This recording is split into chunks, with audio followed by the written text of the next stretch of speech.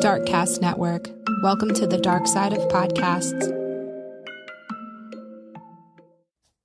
You cannot half-ass heal. Can't do it.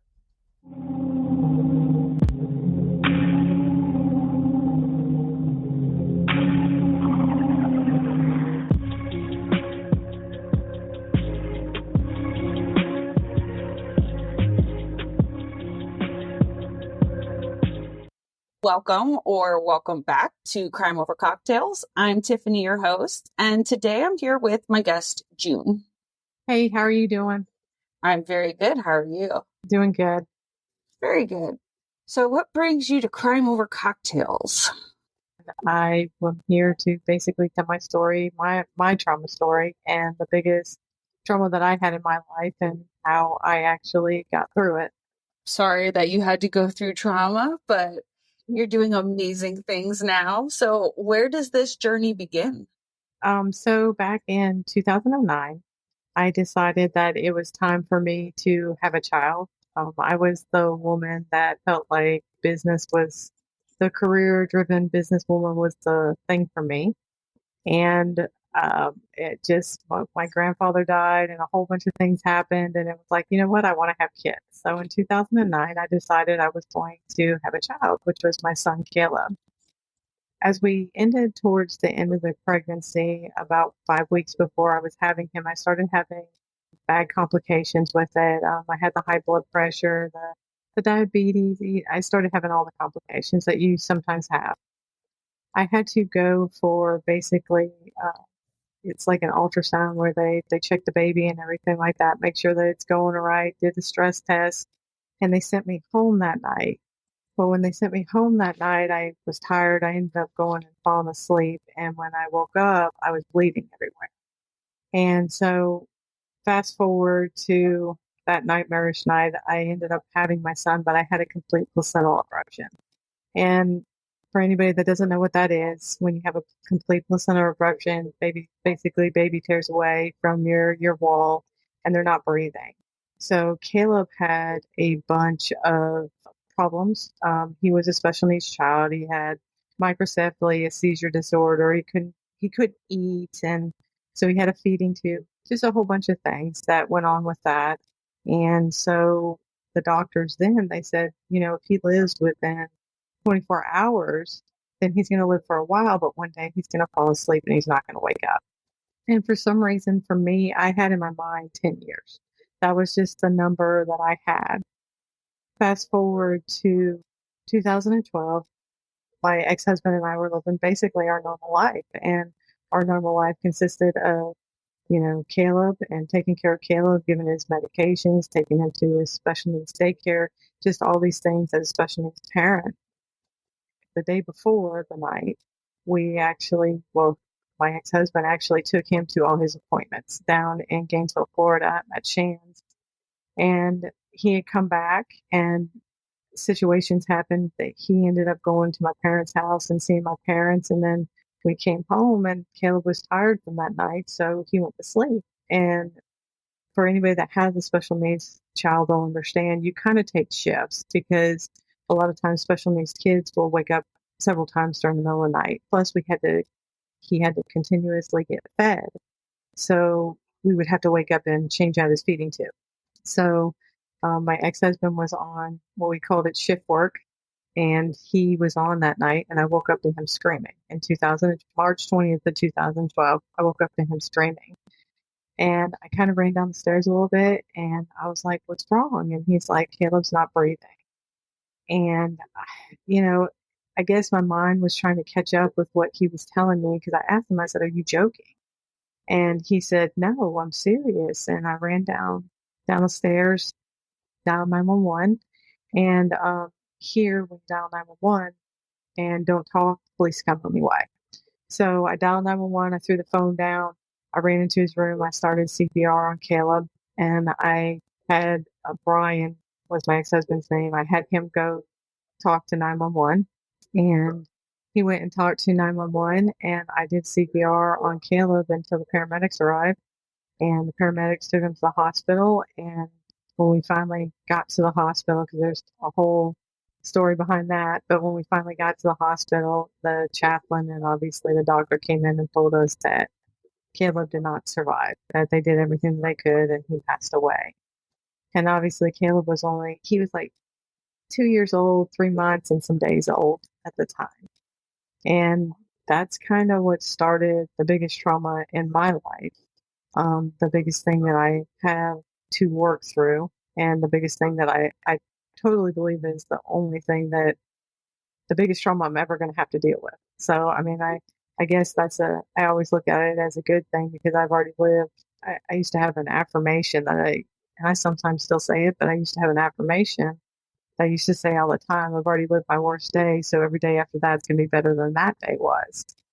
Obviously, I didn't have that when I first started going through everything with it because, I don't know, you just go into this deep, dark place. And, at first it's the crying and it's the everybody's around and then everybody leaves and then you're all alone. And I think that was one of the biggest things was that. And then I kept telling myself, I want to go back to the way my life was. And I didn't realize at that time that there is no going back to the way your life was because your life is forever changed. And, my morals, my values, my beliefs had changed. And I just went into this deep, dark place. And when I went into that deep, dark place, I didn't know how to get out. I really didn't want to get out. And I was at the point at that place, and I didn't think of it at the time, but I was at the point where I didn't care if I lived or not, because if I died, I could be with my son again, and, when you're going through it, you're like, yeah, I'm not suicidal or anything like that. No, I wasn't going to kill myself or anything like that. But that's still a really dark place to be in. And I had sunk so deep down that I didn't know I was there, if that makes sense. So I got to that deep, dark place, and, then all the other demons, when you're already down because you're dealing with the grief, then all the other demons come out, all the other demons, things you did that you wish you never did. And I wish I was a better person, and just, and then that goes on top of the grief. And I just got in that dark place, and I was there for almost a year. I want to say I was there for almost a year. And after I reached that dark place, I can remember sitting on my couch, and I actually had divorced my husband.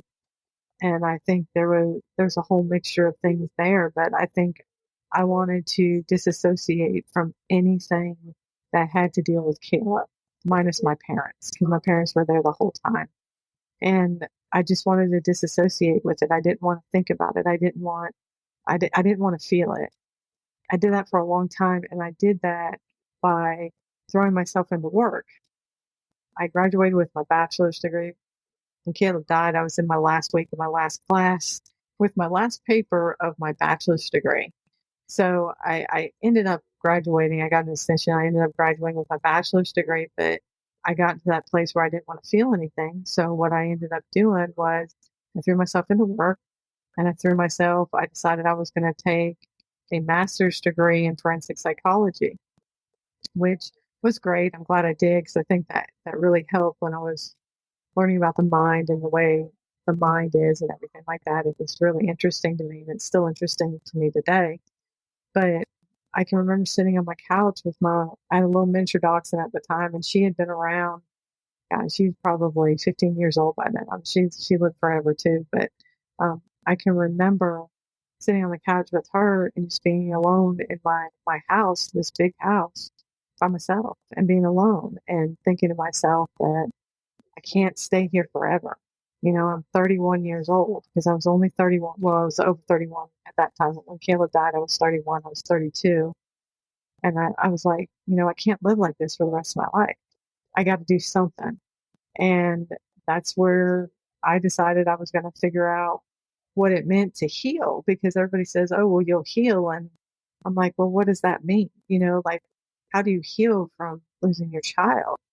And, everybody's like, yeah, you're going to heal, and it's only going to be, they give you all these time frames, and they tell you how you're supposed to do it and everything. And, I'm like, I lived my life out of the ordinary before Caleb. So like now I'm like, okay, well, why am I going to listen to these other people that don't know what I'm going through?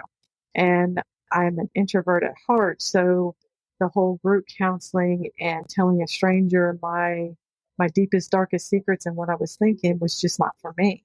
So I was like, all right, I'm going to do it my own way, which I tell people all the time that might not be the way to do it, but that's the way that I did it.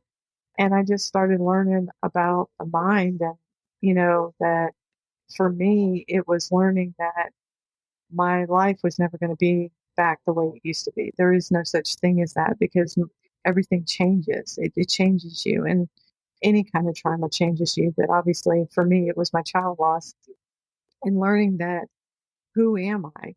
Who I am I as a person? What am I going to, believe? What are my morals? What are my values? And what was I going to do? And what was I not going to do? And I think that was one of the biggest obstacles after I decided I'm going to do this. I don't know how to do this, but I'm not turning back now. And then obviously I had my affirmation that I did. And I did, I said that all the time because every day was a bad day for a really long time. Every day was 1 minute you're okay, and the next minute you're crying, and then 1 minute you're screaming at somebody, and there's just so many. I call it a roller coaster. There's so many ups and downs, and trauma in general. It doesn't have to be child loss, but just in trauma in general, there's so many ups and downs.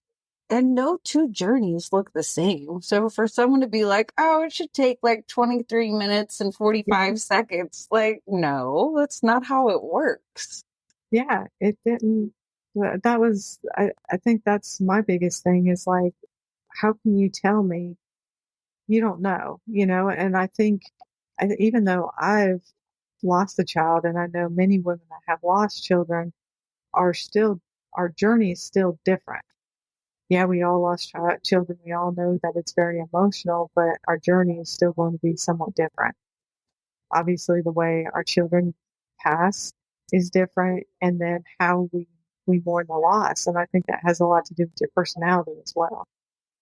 Right. No, for sure. So that's interesting. You took the educational route. Yeah, Feel like that was really beneficial, or do you still kind of wish maybe you would have talked to someone as well? um, I I went to when I decided to go down this path. I did when Caleb first died. Everybody was like, "You need to go to counseling." So I went to one counseling session with my ex-husband, my mom, and my dad. And the guy was really nice, and I had nothing against him. He was really nice, very good with us, but it just didn't feel right for me. And for me, like he had lost a child. So I'm like, how can you tell me how to feel, I guess? And, I didn't know anybody that was a therapist or a counselor or anything that had lost a child at that point. I thought I was the only one going through it. So for me, I have trust issues sometimes. I always tell everybody I have trust issues. But for me, the education route was what worked so well for me is because I could read it, I could see it, and I could see what they're saying about the mind. And that's why the education route worked for me, specifically. But I think for someone that's more of maybe an extrovert that needs that outside balance, it would work like counseling, group therapy would work really well for them. But for me, that wasn't an option for me.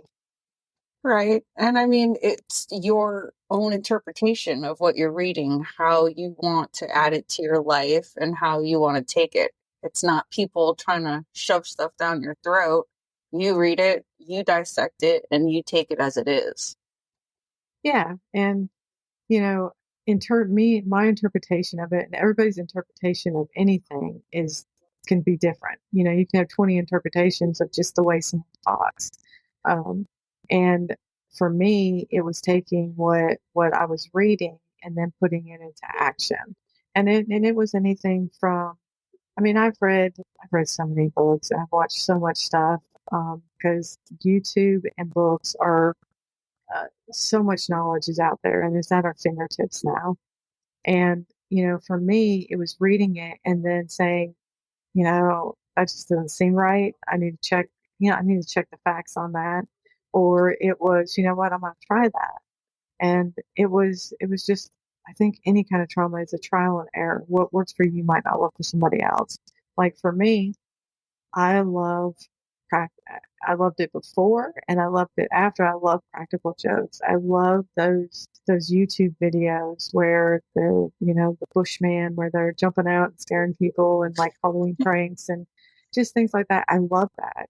And I got to a point, and this is later on in my loss, but this is just an example. But if I know I'm in a bad mood, I can pop a video on YouTube and change my the way that my mind is and immediately. Obviously it's a lot more when you first start out in your lost journey, but now I can gauge stuff like that. Like I'm in a crappy mood today. Let me do something to change it. You know, but it's finding those little things for every person, because some people would be like, that's dumb. Like, why would you do that? But that brings me joy. That brings me joy. I like doing that, but it People doesn't work being for some scared. people. Yeah, it's funny, I don't like doing it. I don't like being scared, but it's so funny, and that's what, I love like the YouTube stuff with like the kittens and the dogs and where they're rescuing them, but those things make you cry half the time when you're watching them, so, but that was just one thing that's just one thing. And I think a lot of anybody's trauma is finding out who they are after. I think that's like a really, really big thing, because I know with me, I had my grief trauma, but then I had all the traumas about the stuff that I was not happy with that I did even back in high school. I mean, it was just a Debbie Downer phase for me back then. But, I figured out ways that I could honor my child. I think that was another big thing, because I thought that you had to go ahead and just put your child in a chest, lock it up, and don't talk about them anymore, because it's so taboo to talk about child loss. But the thing is there's so many of us out here, but everybody don't want to talk about it because it's so uncomfortable. Every person, I think, is taught life cycle. We're taught that from when we're in elementary school. You're a baby, and you're a toddler, and then you're a teenager, and a young adult, a middle-aged adult. You get older, and then you pass away. And you have your own kids when you're, early adult, middle age. And when you take like a piece out of that life cycle, everybody's like, oh, this something's up with this, and so I think that's a big part of it too. Well, you can definitely see that your journey did make you grow, because you Mhm. went from not wanting to remember him or have anything to remind you of him to now wanting to honor him and to remember him. And so that just goes to show that you really went into a better place. Yeah, and I always tell everybody now with any kind of trauma, or the women I work with that have lost a child, the day that your child died or passed away, however you want to say it, some people don't like to say died, but when whenever your child passed away, that day that they passed away, that's the day that their legacy began.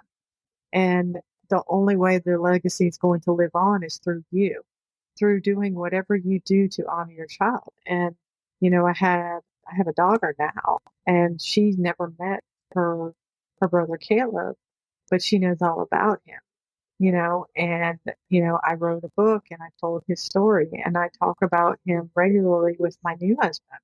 He knows Caleb. He doesn't know him physically, but he knows him through all the memories that I tell him, and another part of it is some families, they either grow the parents either grow stronger together or they end up divorcing. And so you have a lot of where, a new person comes in and has no idea what it feels like to lose a child. But it's finding that's another thing, is finding that partner that can work with you and understands, okay, she's having a bad day. Like, my husband now, he's never experienced it. He has an older son himself from a previous marriage, and on his birthday, on Campbell's birthday and Caleb's death day, it's, I'm thinking about you. I know what day it is. And sometimes that's all it's needed to know that Caleb's not forgotten. But the day that they pass away is the day that their legacy begins. And each mom can choose whether they want to pack it away or not. But I've found sharing Caleb with people that have never, I know so many people that have never even met Caleb.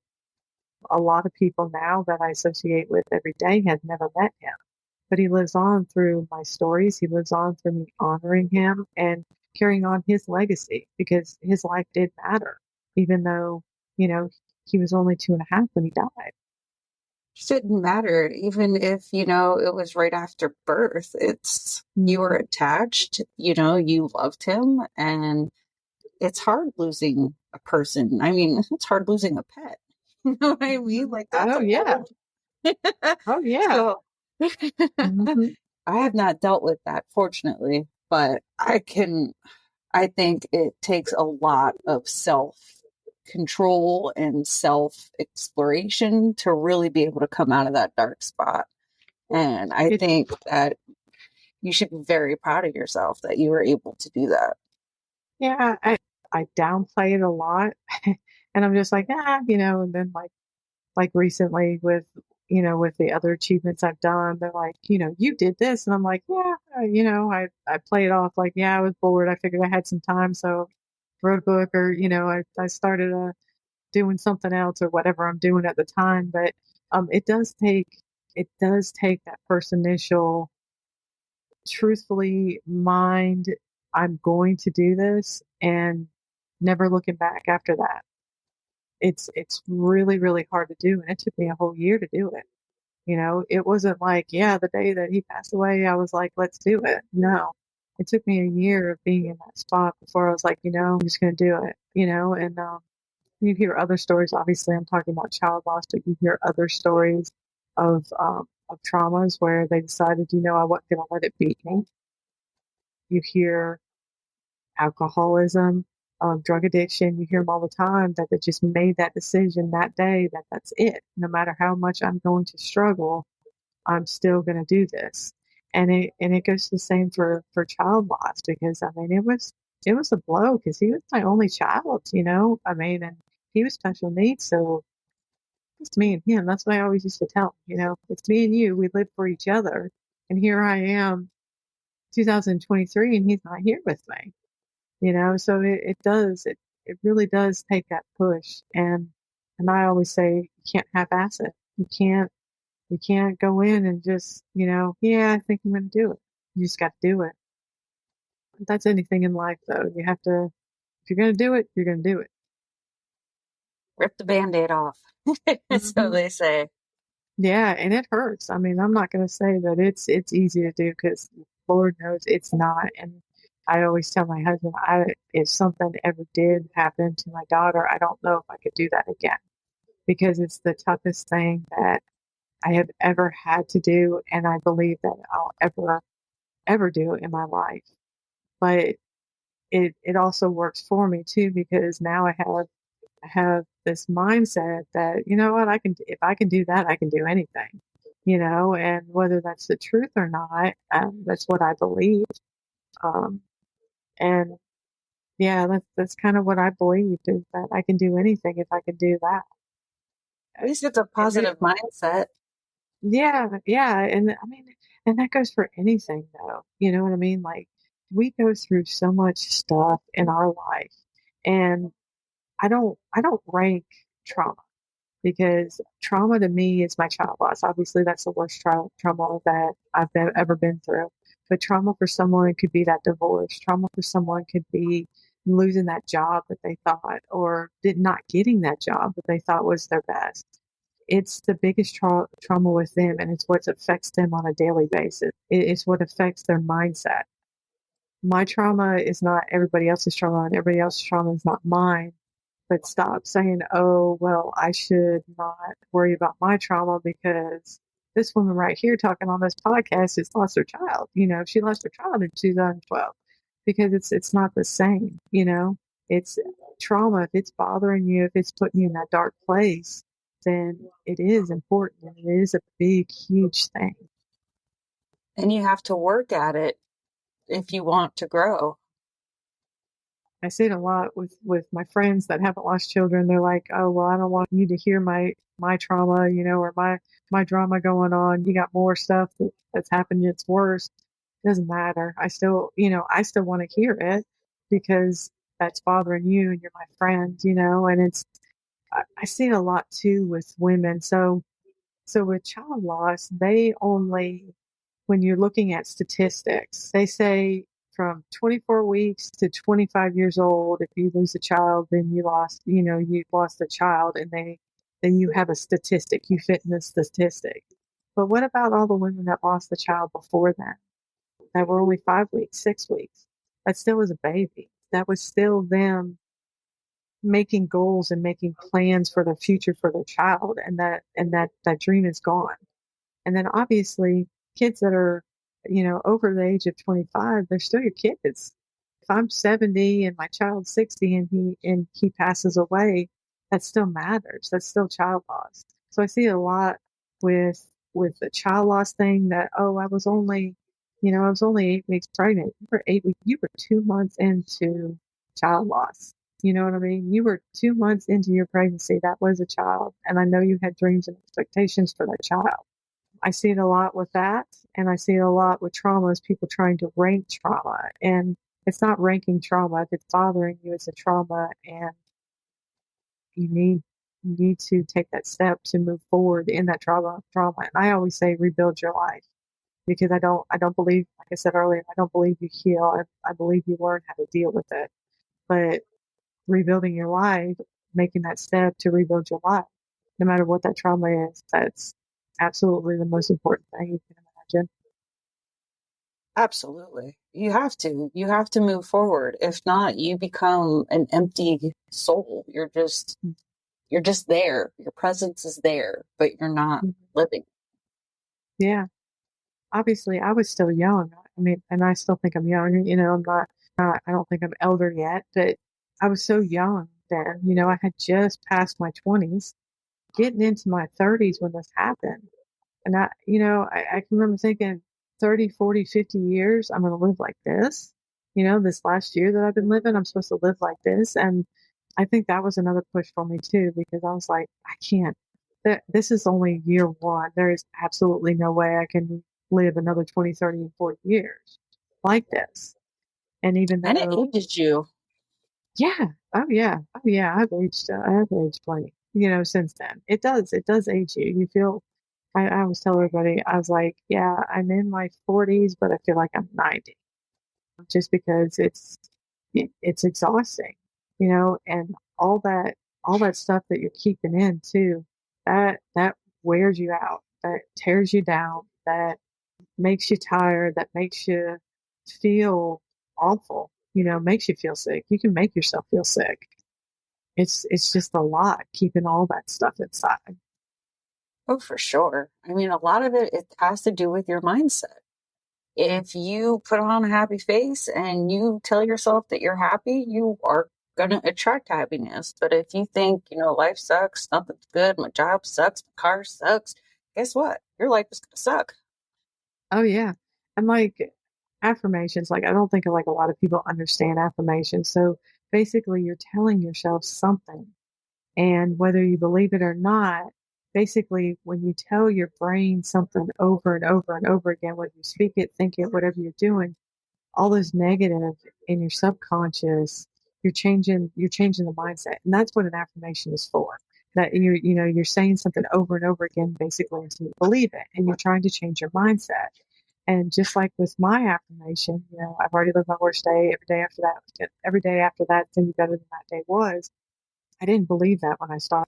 I did not believe that one bit. But I would tell myself that, and eventually I was like, yeah, my day's better. Yeah, my day's better.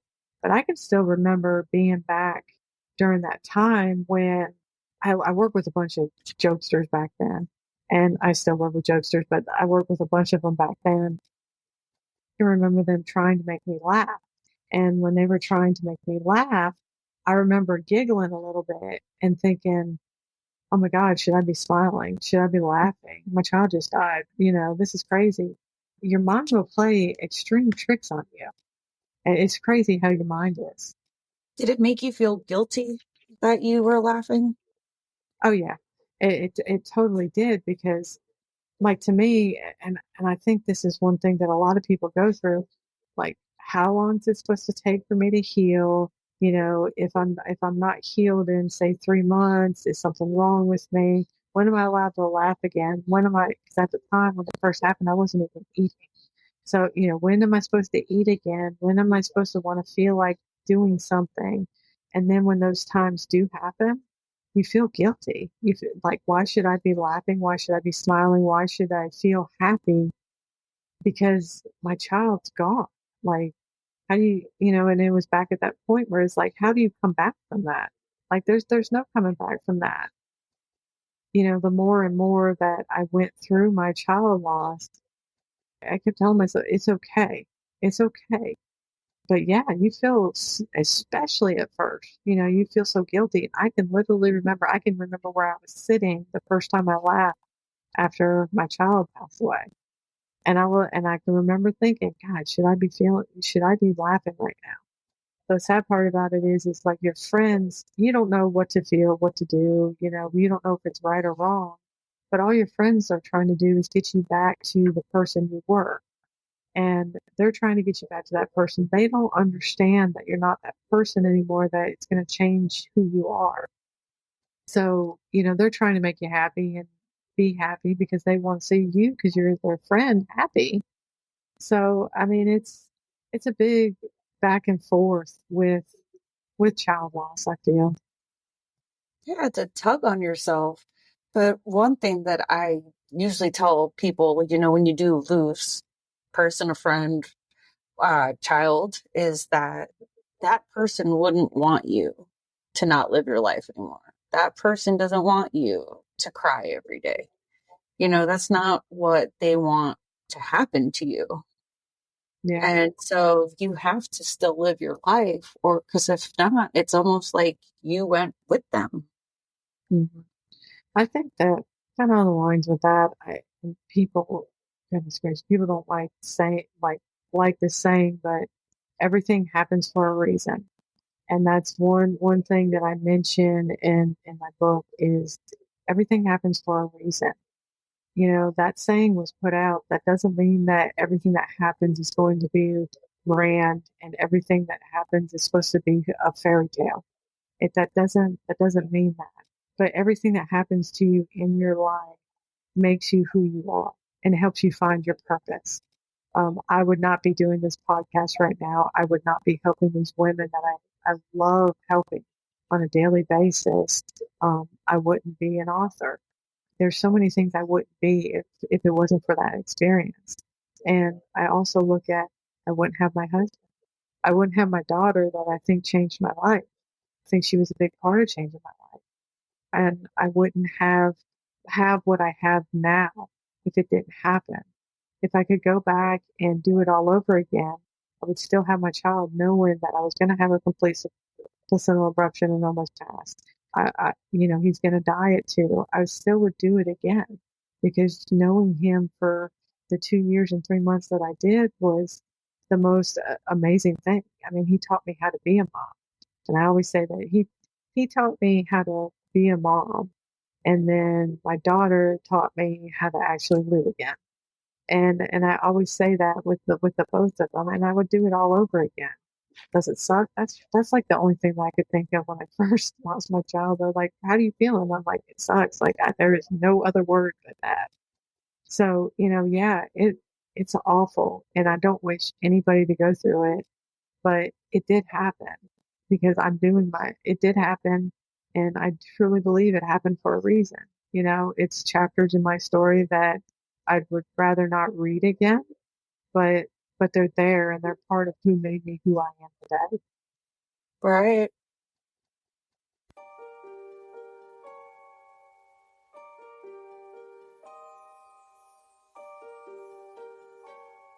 Hello, Spooklings. I'm Jason, And I'm Kathy. and we're the hosts of the weekly podcast, All Hallows Eve Podcast. We are a husband and wife duo with a passion for anything spooky, macabre, and true crime, sprinkled with our own twist of comedy. We explore topics such as the history of Halloween, The Butcher of Plainfield, Hocus Pocus 2, urban legends, superstitions, and more. So come join us as we go down the rabbit hole that is All Hallows Eve Podcast. Listen and follow us at allhallowsevepodcast.com or your favorite podcast provider. Stay spooky, my friends. So I have a question. I know obviously you're remarried, you have your daughter, and everything happens for a reason, but do you wish that maybe you would have tried to make that marriage work? Yeah. At the point that I was at that point, we had a rocky marriage from the time that Caleb was born. Obviously, we got divorced. And instead of working on it together, and what started it, I was the person that was like, we're going to let Caleb try to do anything possible. And Brian was the person that was like, the doctor said he could only do this, let's not push him. And, he was looking out for him, like, I don't want to push him and hurt him pushing him. And I was like the person that was like, yeah, let's push him and let him do whatever he wants to do. And he's going to do more. And that's what started the rocky marriage. And instead of trying to fix it, we started to grow apart. And we didn't go to counseling. We didn't do anything. And then we separated for a period of time, and then we came back together. And then obviously Caleb died within, I want to say a few months of us getting back together. And then again, when Caleb died, we kind of stuck together. But then shortly after Caleb died, it was that same thing. Like, he was the one that wanted, and he was an extrovert. He wanted to be with the people, and he wanted to grieve with people, and I wanted to be alone, and I wanted to disassociate myself from that. And I wanted to I truly believe that I wanted to disassociate myself with anybody that knew Caleb, and that's really bad to say, but that's being real. That's what I was feeling at the time. I think that if we would have, when it first happened, if we would have both been willing to go, he would have been. But if we both would have been willing to go, yeah, we could have worked on a marriage, because I know if we could have worked on a marriage, and we would probably still be together today. But I chose a different path. Whether that path is right or wrong, that's, Your path. yeah, it's my path, and I got married again, and I have my daughter. But yeah, I mean, looking back at it now, I think that if you're in that spot with a person and you have a great marriage before that trauma, whatever that trauma is, I'm gonna say trauma, because with any kind of trauma, you're gonna bring problems into the relationship. But try to work on it together. Like, after this trauma, like from day one, be like, this is what's going on. Maybe not telling your other half at the time, but we need to start working on it. I got some things. I got some things going on in my head, and I think we need to work on it and take those steps to try to understand each other. And if you can't, go to counseling. Because I truly believe that counseling does work for a lot of people, but try to work on it. But again, it goes back to the whole thing. If you're not 100% in, there's absolutely no reason in trying it. And that kind of goes back to me. I was not 100% in. There was absolutely no way I was going to be 100% in. I know that sounds so selfish, but that's those other demons I was talking about too. It was all about me, and at that time it was like, no, I just lost my son. I'm not dealing with this. Whether it's wrong or not, that's how I was feeling. And if How any you other dealt with it. woman, yeah, if any other woman is feeling like that with their trauma, you're not alone. I was there. Whether people are hating me saying that or not, that's where I was at. It's real. You got to be true with yourself to move forward. So I'll tell my story and tell all my little demons. That's okay. There's Yeah. people out there that need to hear that stuff, because everybody is different, but at the same time, Mhm. every journey is different, but we do sometimes intertwine. And so it's refreshing for other people to be able to hear how other people dealt with it, how How did they move on? What worked for them? What didn't work for them? Yeah. Just And sometimes it's ideas that you never even thought of. yeah. And I think everybody in the world is more creative than they let themselves to be. You can go to therapy. You can go talk to the best coaches out there. You can go to actual psychologists and, they give you, yeah, I can give you step 1 through 6, and I have 6 steps that I live by. They can give you all those steps, but that might not work for you. There's no cookie cutter way to say, hey, I'm going to heal from this trauma with these steps, and finding your purpose. Like it took me forever to find my purpose. Like I had no clue. I was 10 years into my loss before I even started a group for women. It was 10 years when I started writing my book. So, my whole 30s and early 40s was just wondering who I am. And God Almighty, I hope it doesn't take anybody as long as it took me to, figure it out. But, I'm hard headed and I'm all right with that. But I just going through it and finding out who you are, and yeah, it can be any time, and it's not that cookie cutter that everybody thinks. Everybody's like, yeah, there's a way to do it. You see all these kinds of therapies, and it's not. It's not. No. No. Yeah. And I studied all of them. I did CBT, I did DBT, I did NLP, I did acceptance and commitment therapy. I mean, I went through a whole bunch of them. And obviously there was 2 that I could relate to, which was neuro-linguistic programming and acceptance and commitment therapy. Like those were the 2 that I felt it. I'm like, yep, this is where I need to go with my loss. But someone else that's dealing with child loss might think that cognitive behavioral therapy is better for them, or something else is better for them, or someone that's dealing with another trauma, something else might be better for them. But those were the 2 that worked for me, and I could relate to them. Do you want to share your 6 steps? Yeah. So, and I say 6 steps, but it's not like do this and you're going to be okay. Read it, think it, speak it, write it. I can't think of one, and then live it. So basically what the 6 steps are is basically you need to, or hear it. That's the one I was missing. So basically you need to read about it. You need to read about other people's stories, and you need to read about your story. I think that you actually, when you have, everybody has triggers, and from their whatever traumatic event they've had. And I believe that you have to think about those triggers and actually dissect them down. So I believe that every trigger, there's something really deep down inside you that causes you to have that trigger. And we usually, and I'll use my child loss as an example. It's easy for me to go, I started crying because I'm thinking about my child loss. But there is some reason deep down why I start doing that. And I deal with that all the time. And it's just like, yeah, it's my child loss. Okay, but what else? Okay, yeah, it might be that. Okay, what else? And I did that recently with my mom. My mom passed away not this July, but last July, and I started having all this stuff with my son come up again. And I'm like, oh, why am I going down this path again? Why am I getting dark? And and I did that.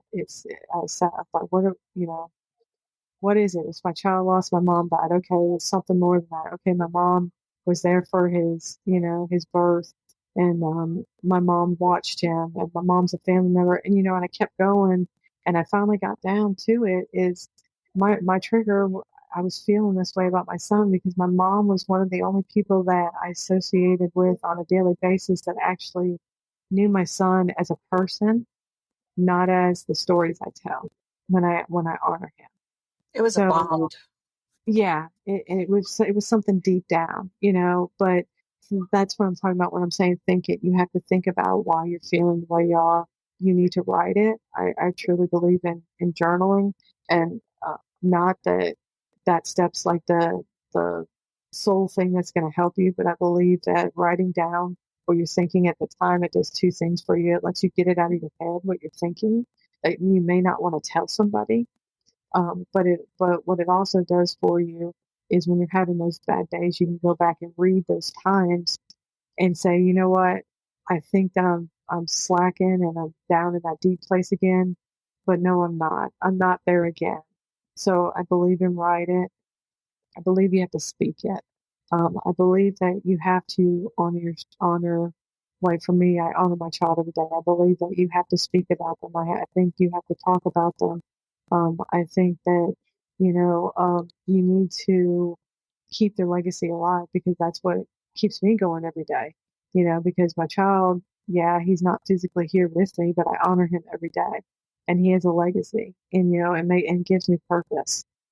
So I think that you need to speak it. Plus, you can think about it, you can write it down, but speaking it is another way for me that was healing for me, my way of dealing with it. Because the first time that I actually started talking about it, it was actually in a group of people that I didn't know, and I was talking about my loss, and I broke down, because I think about it all the time and write about it all the time, but I wouldn't talk about it. So I really think you need to talk about it. The hear it part is I think you need to hear other people's stories of the trauma, whatever the trauma is. Like for me, it's child loss. So I listen to other women's stories and what they were going through because it does so many different things for you. It keeps you from feeling alone. You know that there's other people out there. And then those deep, dark, secret things that we don't want to talk about and we are like, oh my God, I can't believe I'm feeling that. Maybe they're feeling the same thing. And that's one of my big things when I talk to women and when I talk on podcasts is I want you to know everything that I was thinking because of the fact that maybe it can help that one woman not think that she's strange for feeling that way. So I believe that you need to hear those stories because it does help with you learning how to rebuild your life and then live it. And that goes back to once you make that decision to move forward and rebuild your life, you never go back. You never take a step back. You might have bad days, but you never step back into that place that you're in when you decide. So that's where live it comes from is to live it each day. If you're in a bad mood or if you know that you're having a bad day, stop it right there. Because you can have a bad day or you can have a bad hour or you can have a bad minute. It's up to you. You have the choice to change which way your day's going to go. And that's not every single day. But from the majority of the days that are out there, you can change it. And that's what it means to live to live. And I always say to live I'm going to try to live my best life. I'm going to be the best version of myself. And that's another thing is like doing what you want to do when you're living it. Don't fear because fear will stop people from doing so many things, and fear is put in us. If you go back to scientifically, fear is put into us and goes back to, caveman days where, you needed that fear in you because of everything that was going to try to hurt you, but Eat you. yes, yeah, it can tear you up, but now our bodies still have that in us and we can either choose to stop and always wonder because I'm really big with regret. Don't regret anything because the minute that you regret something, then after the regret, then there's the guilt and there's like a downhill slope with that. So yeah, fear is a big thing. I could talk about fear forever, but you just got to get over that fear. And I feel it every day. I can Oh remember yeah. If Christmas. I stayed with my fear, I wouldn't have this podcast right now. So Hmm. Oh yeah, and that's me too, and I can remember like just recently when with am I going to publish this? I'm just going to do it, breathing deep and just like sent, just screw it, sent, and just doing it. I'm glad I did it now, but at the time, man, that anxiety and just my heart was about to beat out of my chest, but just something as simple as hitting send, or hitting record on a podcast or hitting send on a message that you're sending in a group or whatever. It could change your life forever just by that one, working through that one fear. that is so true and so powerful. Mm-hmm. Let's talk about your book. I bet it was like therapeutic for you. Yeah, it was. It's it was, and I'm glad that I waited. I was in my 10th year of my child loss, and I rolled over into my 11th year while I was writing it. But I'm so glad that I waited because there was so much I learned in those first 10 years that if I knew early on that I wanted to write a book about the experience, but the book would have been totally different if I would have done it at 3 years in, 5 years in, 6 years in. So I'm glad I waited so long, but even 10 years in, and I mentioned it in the book, I was writing a section in the book and it was Mother's Day. It was actually Mother's Day when I was writing it, and I started crying, writing about it. It's just, it's all part of it. But it was, I guess for me too, it was a big thing. A big thing with me is, obviously, you've already mentioned it, is keeping his legacy alive. And I could reach so many, with me writing that book, I could reach so many more women and let them know, hey, you're not alone. You're fine with where you are. You're okay. And it was therapeutic, and it had, when I was writing it, it had its ups and downs, and by the time I finished reading writing it, I got to the point where I looked at my husband and I was like, people are going to think I'm crazy now, because it was just so, one minute you're happy about it, and then the next minute you're crying about a certain section, and then the next minute, you're encouraging, and yeah, it's a roller coaster. That's all it is. But once I finally got it done, because I'm still to this day a perfectionist, and I hate being that way, but I think everything has to be perfect. And yeah, I've read it 1,000 times, and it was just kind of like send, that whole, oh my goodness, I'm gonna pass out, but send, and it was very emotional. But I guess the goal in writing it is I was hoping to help those women not feel alone. But what in turn it did for me getting over that fear, what in turn it did was all these mothers and people that have read my book that I didn't expect to take away something from it. It did. So it wasn't just mothers that lost children that took away stuff from it, and it that means more to me than anything, because it's like, I've reached even more people that I don't know around me, that don't know who I am, and social media circles, or around where I live. I reach those other people, and maybe I've changed their life, or I've given them hope, some kind of hope, and a lot of times I use, everybody thinks that, child loss is sad, which it really is. It's the toughest thing you have to go to, but sometimes I found that laughter makes it a little bit easier. If laughter makes it easier sometimes, and if you can laugh at yourself, if you can cry with yourself, if you can have all these emotionals and look at the next day and go, "Oh, am I right?" Then that's the way you should be. And but yeah, that's kind of what the book is about. So the name of the book is Mama, You Don't Heal. And it's kind of like a play off words, because to me, going through child loss, I don't believe that I healed. I believed I learned how to deal with it my way, and how to work through and rebuild my life after child loss. So, but yeah, it's called Mama, You Don't Heal. And where can people find it if somebody wants to buy it? Is it at Amazon, Barnes and Noble? Is it Audible? I haven't done Audible yet. That's a long story with Audible, but right now you can buy it. There's several different places. You can definitely buy it on Amazon, because that's where it started. But Barnes and Noble, Walmart has picked it up. Several little thrift stores, if you type it in a search engine, and June K. Collins, or just type in the name, it'll pop up. I haven't done Audible yet, and I can tell you a little story about that. So we were talking about, you have to speak about it. So I've tried, like when I was writing the book and reading it over and over again, some of the times, that, like, one of my things is reading it out loud to make sure it makes sense to me when I'm reading it out loud. And I'm like, yeah, I want an Audible book, but every time I read it, like a different section, I'll start crying or I'll choke up. So I haven't done it yet, but eventually it'll be on Audible. But as of right now, it's not on Audible because I can't make it through like certain parts in it, and every time I do that, it's a different part that chokes me up, and I'm like, ugh, never You can mind. have somebody else read it.